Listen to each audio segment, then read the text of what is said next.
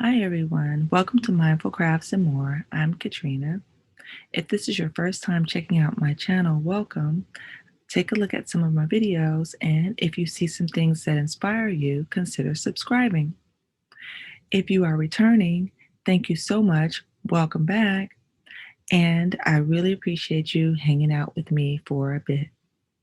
So, today, guys, I know that everyone who is going to be working on the temperature project has probably gathered all of your things together. And today, I would like to do a couple of things. I would like to show you how to use those things that you have gathered to get yourself organized, as well as get started on your project. I'm probably going to do it in two videos, but the two videos will come out in the same day. So, what I'm going to do right now is I am going to share my screen showing you the materials that I used to get my particular project together, and then show you how you can get your things together so that you can actually start your project. All right, so give me just a moment and I will share my screen.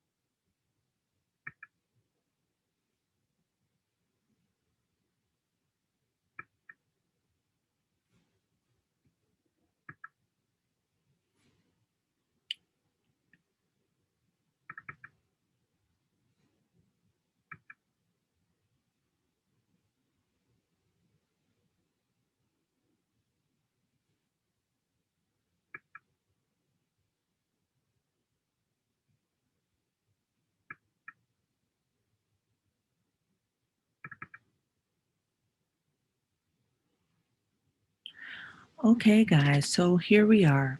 So these are the materials that I'm using to work on my project and to help keep it organized.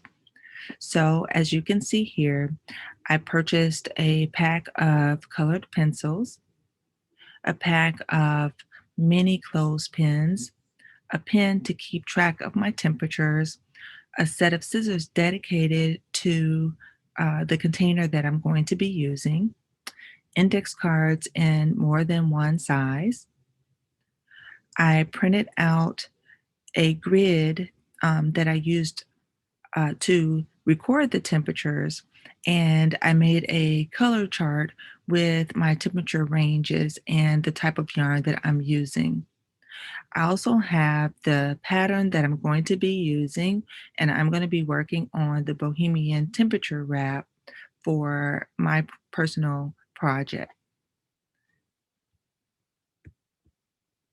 Now, the other things you're going to need that might be helpful will be your hook or needles, depending on whether you're doing a crocheted or a knit temperature project, your yarn needle to keep handy so that you can weave in your ends as you go, and perhaps some sheet protectors or maybe a folder of some type that you can use to keep your pattern and your graph that you're using to keep track of everything.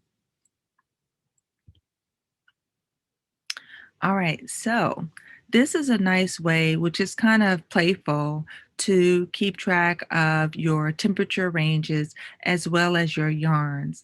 I saw this online and thought it was kind of cute and decided to see if I could give it a try. So basically, what I did here is these are basically Red Heart Super Saver yarns, and this is what I'm going to use when I show you guys the example of a temperature project. All right, so now the temperature ranges I wrote, and then I wrote the names of the yarns that I plan to use, as well as then just taking a small bit of yarn, wrapping it around the clothespin, and then just clipping it to the side. I am using a magnetic board in my craft area, and I found some clips that I could hang it on the magnetic board so that it's always visible. This is the bin that I'm going to use to keep the worsted weight yarns that I'm using for the project that I'm going to work with you guys. The Bohemian temperature wrap that I'm using is not my pattern, and so I wasn't sure that I could go along and show you as I am working that one up because it's someone else's pattern. But what I am going to do is show an example of a scarf using the stitch as I show you how to do the stitch. And these yarns are the worsted weight yarns that you saw just a bit ago on the clothespins. All right, so for my project, I am using a box that was received a few years back. I thought it was a really beautiful box and it just seemed such a waste to discard it. So I kept it and said I would find a use for it. And this year I found a use. So these are my wool-like yarns here. And they are small as they are category 1 yarns, and so I placed them in here, and these are the ones that I am going to use for my Bohemian temperature wrap. Now, as you can see, I don't have as much room because the yarns don't take up as much space compared to my box. So what I did was I used packing material to take up the remainder of the space so that my yarns will stay in place. Okay, so this is what I'm using for the um, temperature ranges as well as the specific yarn colors that I have decided to choose for those ranges using the wool-like yarn for the Bohemian scarf. The one that you just saw previously is the one that I'm going to be using with the example that I'm going to show you guys. So this is how I divided it up, and I used a word processing program and just made a table and then pulled in colors from the program that kind of matched the colors that I'm using for my yarns. All right, so now how do you guys get yourself organized? Now, you don't have to use something that's printed out and typed at all. You basically can just keep a running list of the temperatures, either using index cards or just using a notebook or something like that. Please don't make it complicated. It's okay. What I did here, though, was use the word processing program to make this table. And I made 13 columns going down so that I could have the top left corner blank and then the months of the year going down in the first column. And then the remaining columns, I added 32 columns so that I could have the maximum number of days in a month, which in 1 year we do have months that have 31 days. And then you can go across and have that left upper corner blank. Now, there is enough room here so that you can just simply add the top temperature for each day and the bottom temperature for each day. And you can even color it in with your colored pencils to match the color so that it's easy for you to just glance and see what color you want to use for each row that corresponds to the day. All right, so I hope that's understandable, and I will show you as I go along also. In addition to recording of the temperatures, you need to have your own guide for your projects. And so this is a smaller table that was made. And what you can do here is put your yarn type and color of choice that you're going to be using. And then the next column for your temperature readings, whether you're going to use your temperatures in Fahrenheit or in Celsius. Either one, it doesn't matter. Just have fun with it. Now, going down, you can either color in those blocks in this first column, or you can use a hole punch and you can simply just take the yarn and just make like a little tassel with the yarn to have it hang off the edge so that you can see exactly which color is going to correspond. Then the next column is the actual name of the yarn that you are using. And the last column is going to be your temperature ranges. What I do recommend is to leave your top row and your bottom row to be temperature ranges that are not going to be typical for the area in which you live.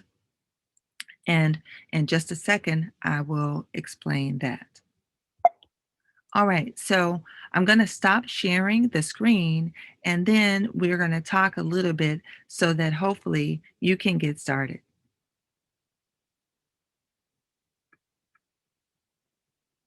All right, guys, so here we are.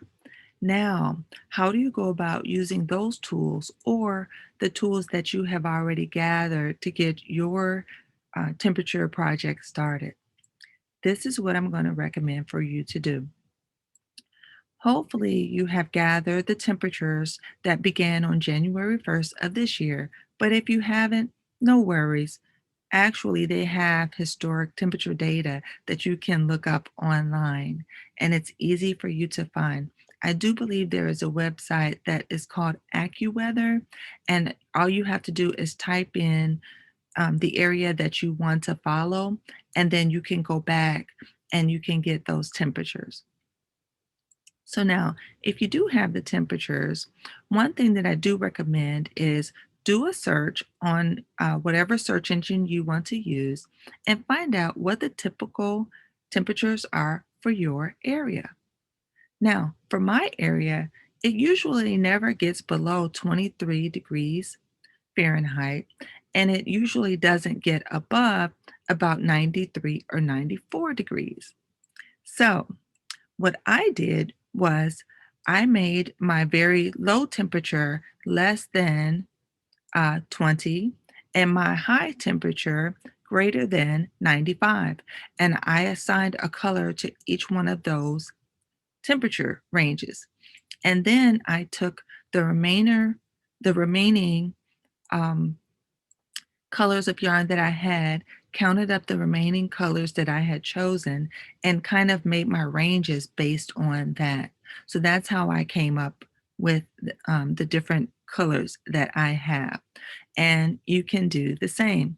Just find out what a typical year temperature ranges are for your area, and then you can see whether you need to use very small ranges or whether you can use wider ranges. Okay? All right.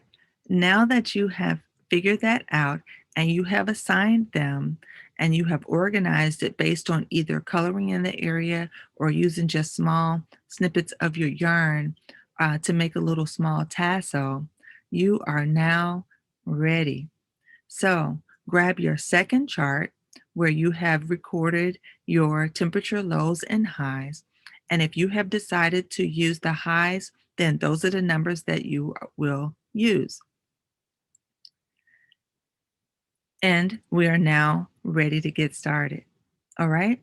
So at this point, I'm going to end this video and then we will resume in part 2 on actually getting started on your project.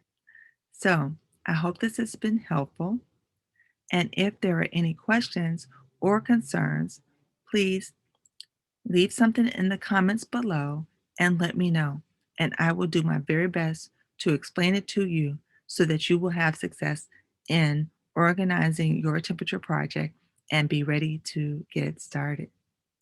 Don't forget to hit the like bell, and if you haven't already, subscribe to my channel and hit the notification bell to all so that you will know when I put up a new video, either for this temperature project or for anything else. I look forward to seeing what you guys come up with, and I'm really excited that you have decided to come along with me on this journey. I'll see you in part two.